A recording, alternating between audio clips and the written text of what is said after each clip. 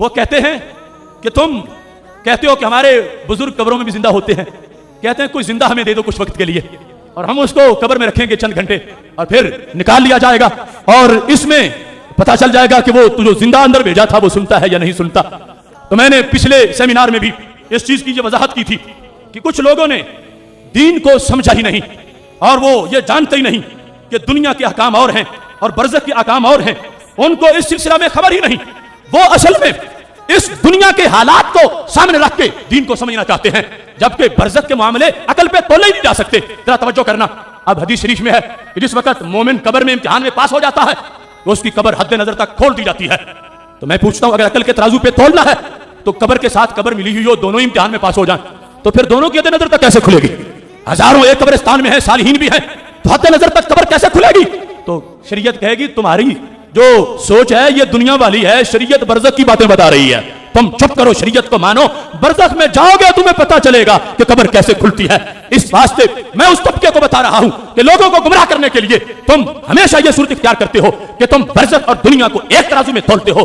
جان لو برزخ اور ہے اور دنیا اور ہے، اور اگر اس کی مثال سمجھنا چاہتے ہو اور پوچھنا چاہتے ہو کہ قبر والے کا انداز کیا ہوتا ہے، تم زندہ کو قبر میں دفن کر کے حیات ظاہری دنیاوی پر برزخ کو قیاس کرنا چاہتے ہو، میں تمہیں محدثین کے امام سے یہ ثابت کرنا چاہتا ہوں کہ جو ہمارے زندہ ہیں دنیا میں ان کا معاملہ چھوڑو، تم ہمیں کوئی چھٹی نہ دو، ہم جو قبر میں ہیں ان سے یہ ثابت کروائیں گے کہ ان کا انداز کیسے ہوتا ہے، وہ قبر میں رہ کے کیسے سنتے ہیں اور کس انداز میں قبر سے وہ اپنی زندگی کا اظہار کرتے ہیں۔ یہ کتاب الثقات ہے جس میں سیکا راویوں کا ذکر ہے، یہ امام ابن حبان کا وہ مجموعہ ہے کہ جس کی جلدوں کو دیکھ کر حدیث کا معیار معین کیا جاتا ہے، حدیث کمزور ہے یا صحیح ہے، اس کے راویوں کی جو پوزیشن ہے ان کتابوں سے، یہ کتاب الثقات جیسی کتابوں سے معین ہوتی ہے۔ اس کتاب کے اندر جلد نمبر 2 پر صفحہ نمبر 32 پر حضرت احبان بن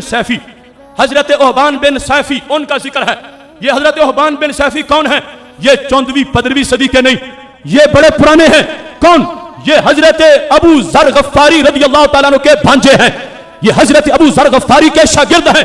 یہ احبان بن سیفی حضرت ابو ذر رضی اللہ تعالیٰ عنہ سے روایت کرتے ہیں، اور ان کا انداز کیا ہے؟ یہ بصرہ میں رہتے تھے اور بڑے زاہد و عابد تھے، بڑے پرہیزگار تھے۔ انہوں نے موت کے وقت یہ وصیت کی تھی، اوصى عند موته، کہ وصیت تھی اللہ یکفنا فی قمیص مخیط، کہ مجھے سلائی شدہ قمیص میں دفن مت کرنا، مجھے سلی ہوئی قمیص مت پہنانا۔ آج یہ لوگ کہتے ہیں قمیص تم نے خود اتاری، قبر میں تم نے خود اتارا، وہ خود نہیں اترے، قمیص خود اتار نہیں سکی، قبر میں پہنچے تو تم نے مشکل کشا مان لیے، قبر میں پہنچے تم نے حاجت روا مان لیے۔ میں کہتا ہوں یہ سند کے ساتھ صحابہ کے شاگرد کا انداز پیش کر رہا ہوں، کتاب مجنون لیلا کی داستان کی نہیں، یہ نقد الرجال کے امام ابن حبان کا یہ مجموعہ جس کے ذریعے سے حدیثیں تولی جاتی ہیں، سندیں چیک کی جاتی ہیں، اس کے اندر ایک عظیم محدث، ایک عظیم ولی کا ذکر ان کے شاگرد جس انداز میں کرتے ہیں وہ تمہارے سامنے پیش کر رہا ہوں۔ جب وقت وصال آیا حضرت احبان کا، انہوں نے کہا مجھے سلی ہوئی قمیص مت پہنانا۔ پہلے اس لیے وصیت کی کہ کوئی ایسا مسئلہ چل رہا تھا، کچھ لوگ مصر تھے کہ ہم نے پہنانی ہے، یہ کہتے تھے مجھے مت پہنانا، وصیت کر کے دنیا سے چلے گئے۔ تو کیا ہوا؟ فَكُفِّنَا فِي قَمِيصٍ، پیچھے وہ پارٹی غالب آ گئی، انہوں نے کہا شیخ جو کچھ کہہ کے گئے ہیں ٹھیک ہے، مگر ہم تو قمیص ہی پہنائیں گے، ہم نے جو کہا ہے سوچا ہے، ہم نے بنوا کے رکھی ہے، ہم نے قمیص پہنانی ہی پہنانی ہے۔ اب جو کہتے تھے کہ شیخ کی وصیت کو پیش نظر رکھو وہ مغلوب ہو گئے، قمیص پہنانے والے غالب ہو گئے۔ احبان سیفی کو قمیص پہنائی گئی، روح نکل گئی ہے، جنازہ ہو گیا ہے، قبر میں دفن کر دیا گیا ہے۔ فلما رجعوا من دفنه، جب کہ ان کے رشتہ دار ان کو دفن کر کے گھروں کی طرف واپس لوٹے تو کیا ہوا؟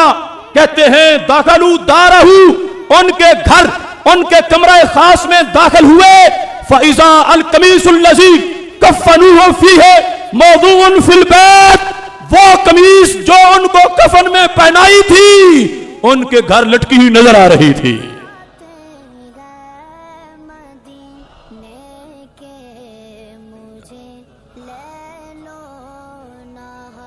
صفحہ نمبر 32 ترجمہ نمبر 205، احبان سیفی ان کا وقت وصال، وصیت یہ ہے مجھے سلی ہوئی قمیص مت پہنانا، روح نکلی تو کسی نے پہنا دی۔